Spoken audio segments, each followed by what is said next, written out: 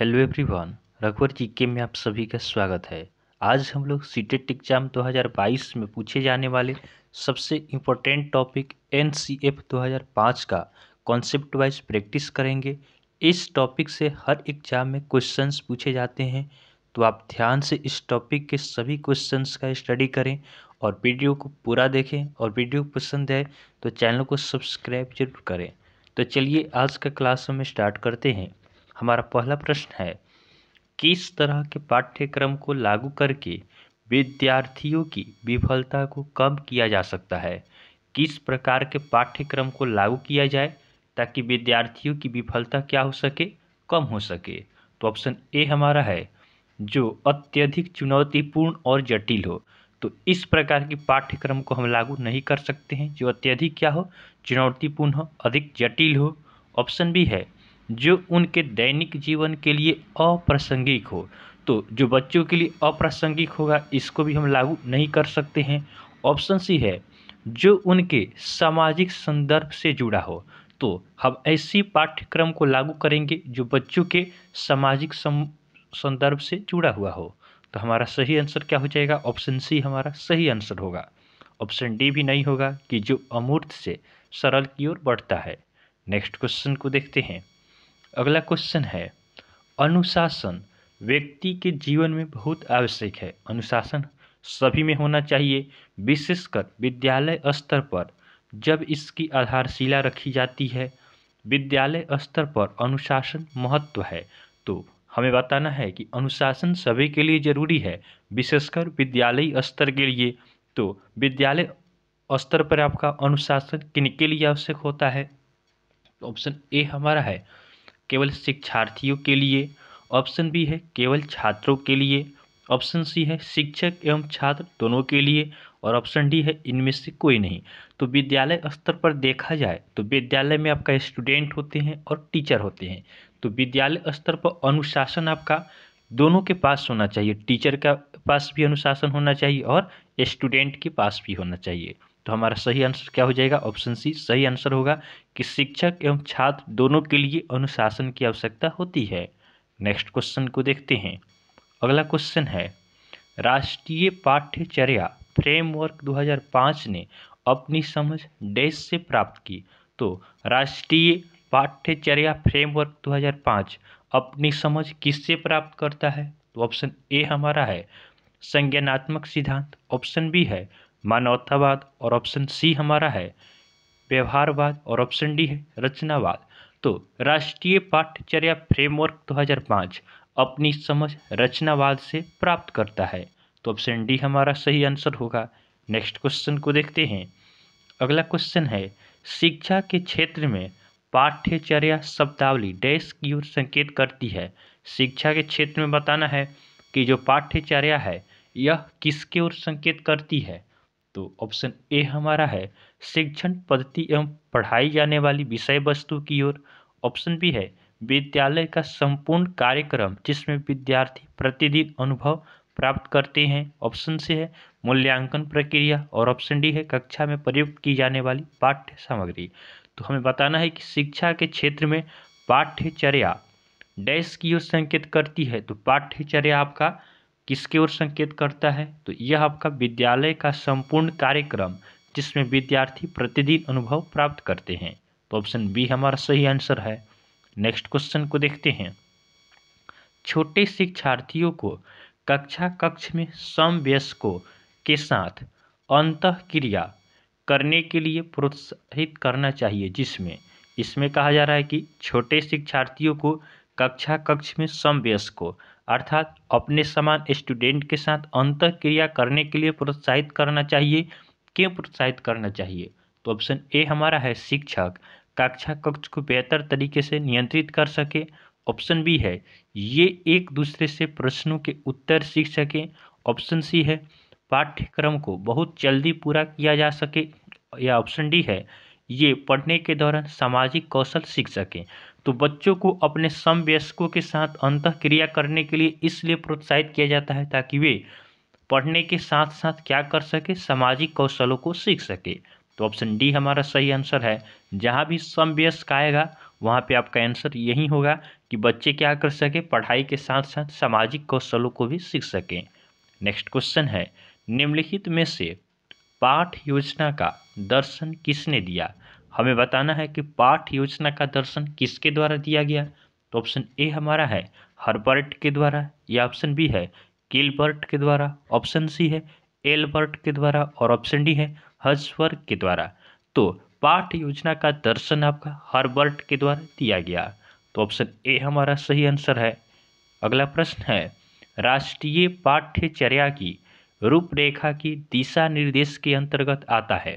तो राष्ट्रीय पाठ्यचर्या की रूपरेखा के दिशा निर्देश के अंतर्गत क्या आता है? तो ऑप्शन ए हमारा है ज्ञान को स्कूल से बाहरी जीवन से जोड़ना। तो यह बात सही है कि राष्ट्रीय पाठ्यचर्या आपका 2005 कहता है कि ज्ञान को हम स्कूल के बाहरी जीवन से भी जोड़ें। ऑप्शन बी है पढ़ाई रटन प्रणाली से मुक्त हो। तो यह भी यह बताता है कि पढ़ाई रट कर न किया जाए। ऑप्शन सी है परीक्षा को अपेक्षाकृत सरल बनाना। तो एग्जाम को क्या किया जाए, इजी किया जाए। तो हमारा सही आंसर क्या हो जाएगा? ऑप्शन डी उपरोक्त सभी। नेक्स्ट क्वेश्चन को देखते हैं। अगला क्वेश्चन है, राष्ट्रीय पाठ्यचर्या की रूपरेखा 2005 के मार्गदर्शन सिद्धांतों के विषय में सत्य कथन है। इसमें हमें राष्ट्रीय पाठ्यचर्या की रूपरेखा 2005 के मार्गदर्शन सिद्धांतों के विषय में कौन सा सही है उसे बताना है।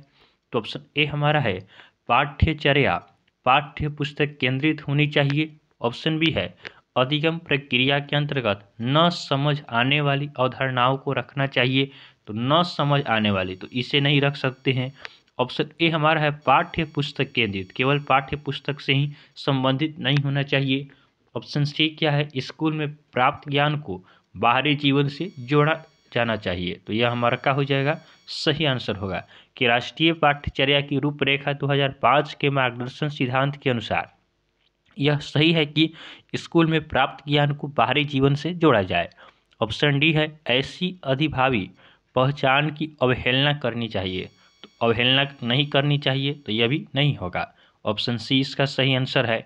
नेक्स्ट क्वेश्चन को देखते हैं। अगला प्रश्न है, बच्चों के शारीरिक एवं मनोसामाजिक विकास के लिए निम्न में से क्या आवश्यक है? तो बच्चों के शारीरिक और मनोसामाजिक विकास के लिए इनमें से कौन सा जरूरी है? तो ऑप्शन ए हमारा है योग। तो योग की आवश्यकता होती है। ऑप्शन बी है औपचारिक खेल। तो खेल की भी जरूरत है बच्चों के शारीरिक और मनोवैज्ञानिक सामाजिक विकास के लिए। ऑप्शन सी है अनौपचारिक खेल। तो इसकी भी आवश्यकता है। तो सही आंसर क्या हो जाएगा? ऑप्शन डी उपरोक्त सभी। नेक्स्ट क्वेश्चन को देखते हैं। निम्नलिखित में से कौन सा उदाहरण बच्चों को पढ़ाई के दौरान सक्रिय रखता है? इनमें से कौन सा आपका बच्चों को पढ़ाई के दौरान सक्रिय रखता है? तो एक नंबर में है अन्वेषण करना, 2 नंबर है प्रश्न पूछना, 3 नंबर है वाद विवाद करना, और 4 नंबर है विचारों की रचना करना। तो ये सभी जो है ये आपका बच्चों को पढ़ाई के दौरान क्या करते हैं? सक्रिय रखते हैं। तो ये सभी सही है। तो हमारा सही आंसर क्या हो जाएगा? ऑप्शन डी सही आंसर होगा कि 1, 2, 3 और 4 सभी क्या है? सही है। नेक्स्ट क्वेश्चन को देखते हैं। अगला प्रश्न है, NCF 2005 के अनुसार गलतियां इस कारण महत्वपूर्ण होती है। तो NCF 2005 के अनुसार गलतियां किन कारणों से महत्वपूर्ण होती है? तो ऑप्शन ए हमारा है यह विद्यार्थियों को उत्तीर्ण एवं अनुत्तीर्ण समूह में वर्गीकृत करने के लिए एक महत्वपूर्ण उपकरण है। तो विद्यार्थियों को हम वर्गीकृत नहीं कर सकते हैं। ऑप्शन बी है यह अध्यापकों को बच्चों को डांटने के लिए एक तरीका है। तो बच्चों को डांटने की तरीका, तो ये भी नहीं हो सकता है। ऑप्शन सी क्या है, यह बच्चे को विचार की अंतर्दृष्टि उपलब्ध कराती है तथा संसाधनों को पहचानने में सहायता करती है। तो ऑप्शन सी हमारा सही उत्तर होगा कि NCF 2005 के अनुसार गलतियां इन कारणों से महत्वपूर्ण है क्योंकि यह बच्चे की विचार की अंतर्दृष्टि उपलब्ध कराती है तथा संसाधनों को पहचानने में सहायता करती है। नेक्स्ट क्वेश्चन को देखते हैं। अगला प्रश्न है, राष्ट्रीय पाठ्यचर्या की रूपरेखा 2005 के अनुसार शिक्षक की भूमिका है। इसमें हमें राष्ट्रीय पाठ्यचर्या रूपरेखा 2005 के अनुसार शिक्षक की क्या भूमिका है इसे हमें बताना है। तो ऑप्शन ए हमारा है अधिनायकीय होते हैं टीचर, या ऑप्शन बी है अनुमतिपरक होते हैं, या ऑप्शन सी है सुविधादाता होते हैं, या ऑप्शन डी है सत्तावादी होते हैं। तो एनसीएफ आपका 2005 कहता है कि शिक्षक की भूमिका किस प्रकार होती है, एक सुविधादाता के रूप में होती है। टीचर क्या करते हैं, बच्चों को सुविधा देते हैं।